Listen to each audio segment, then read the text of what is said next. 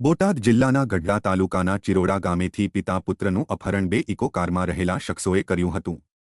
બનાવ બાદ ભોગ બનનાર પત્નીએ પોલીસને જાણ કરતા પોલીસ એક્શનમાં આવી હતી। બોટાદ પોલીસે અપહરણ થયેલા ચિરોડા ગામના ઘુઘાભાઈ કાબાભાઈ વણોદિયા અને તેના પુત્ર રાહુલને લઈને એક્શન મોડમાં આવતા બોટાદમાંથી એક ઇકો કારમાંથી ઘુઘાભાઈ કાબાભાઈ વણોદિયાને છોડાવ્યા હતા, જ્યારે બીજી ઇકો કાર ફરાર થઈ ગઈ હતી અને તેમાં પુત્ર રાહુલને સાયલા છોડીને અપહરણકારો નાસી ગયા હતા। સમગ્ર ઘટના પાછળ ઘુઘાભાઈનો પુત્ર આકાશ રાજકોટ વિરમભાઈ ચાવડિયાને ત્યાં આઈસર ગાડી ચલાવતો હોય, જેથી વિરમભાઈની પત્ની સાથે પ્રેમ થઈ જતા આ સમગ્ર ઘટના બનવા પામી હોવાનું પ્રાથમિક સામે આવ્યું છે। પોલીસે વિરમભાઈ જાગાભાઈ ચાવડિયા, રામભાઈ જગાભાઈ ચાવડિયા અને દેવાભાઈ ઝાપડાની ધરપકડ કરી છે।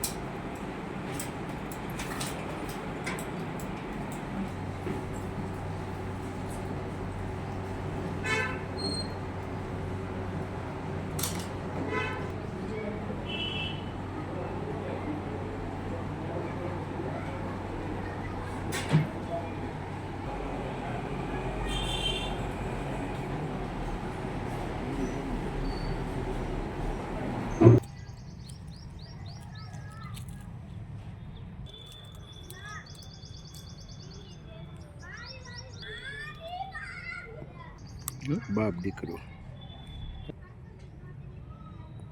ઘુઘાભાઈ કાબાભાઈ વણોદિયા ગામ ચિરોડા એ અમને અપહરણ કરી ગયા હતા।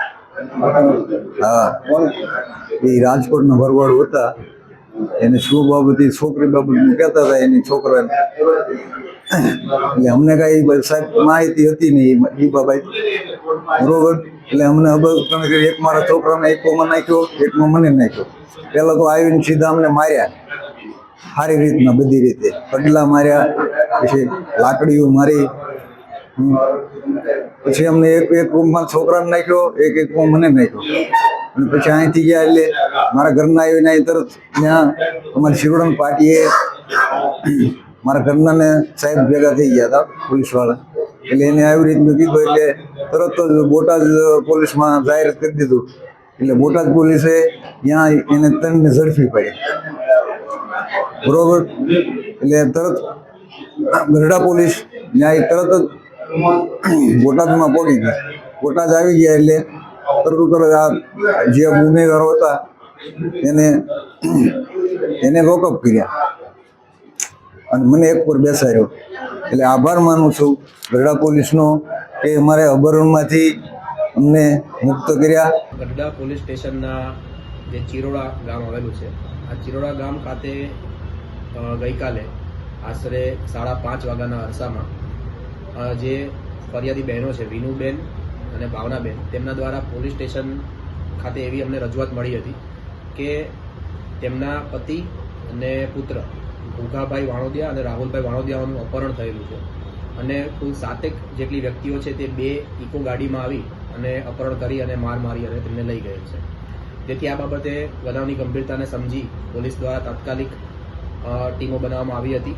એમાં ગઢડા પોલીસ સ્ટેશનની team, Botad town police station અને લોકલ ક્રાઇમ બ્રાન્ચની ટીમ એસપી સાહેબશ્રીના માર્ગદર્શન મુજબ બનાવવામાં આવી હતી। અને આ ટીમોએ જે બંને ભોગ બનનારો છે તેમને તાત્કાલિક 2 કલાકમાં મુક્ત કરાવેલા હતા।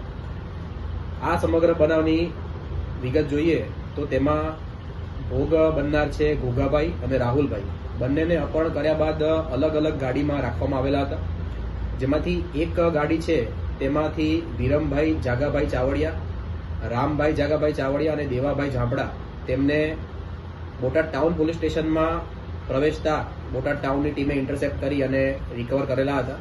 અને અન્ય જે ભોગ બનનાર છે રાહુલભાઈ, તે રાહુલભાઈને આ જે આરોપીઓની પાછળ પોલીસની ટીમો લાગેલી હોય, સાયલા ખાતે આરોપીઓ જે છે તે ભોગ બનનારને ઉતારી અને જતા રહેલા હતા। આથી રાહુલભાઈને ત્યાંથી રિકવર કરેલા છે। બનાવનું કારણ જોઈએ તો તેમાં આ જે રાહુલભાઈ છે તેનો ભાઈ આકાશભાઈ વાણોદિયા અગાઉ રાજકોટ સિટીમાં વિરમભાઈને ત્યાં આઈશર ગાડી ચલાવતો હતો અને આ વિરમભાઈના ભાઈ લક્ષ્મણભાઈની પત્ની સાથે તેને પ્રેમ સંબંધ હોય તે ત્યાંથી ભાગી ગયેલો હતો તેવી હકીકત પ્રાથમિક દ્રષ્ટિએ હતી. આથી આ બાબતનો ખાર રાખી અને આ લોકો ગુનાહિત કાવતરું રચી અને બોટાદ પોલીસ સ્ટેશન તથા ગરડા પોલીસ સ્ટેશન વિસ્તારોમાં આવી અને આ જે વિનુબેન અને ભાવનાબેન છે તેમના ઘરે જઈ અને બંને ભોગ બનનારોને માર મારી અને અપહરણ કરેલું હતું. આથી આ સમગ્ર બનાવ બાબતે હાલમાં ગરડા પોલીસ સ્ટેશન ખાતે ફરિયાદ નોંધવામાં આવી છે, જેમાં બીએનએસની વિવિધ કલમો હેઠળ તથા ગુનાહિત કાવતરાની પણ તપાસ છે તે પોલીસ કરી રહી છે.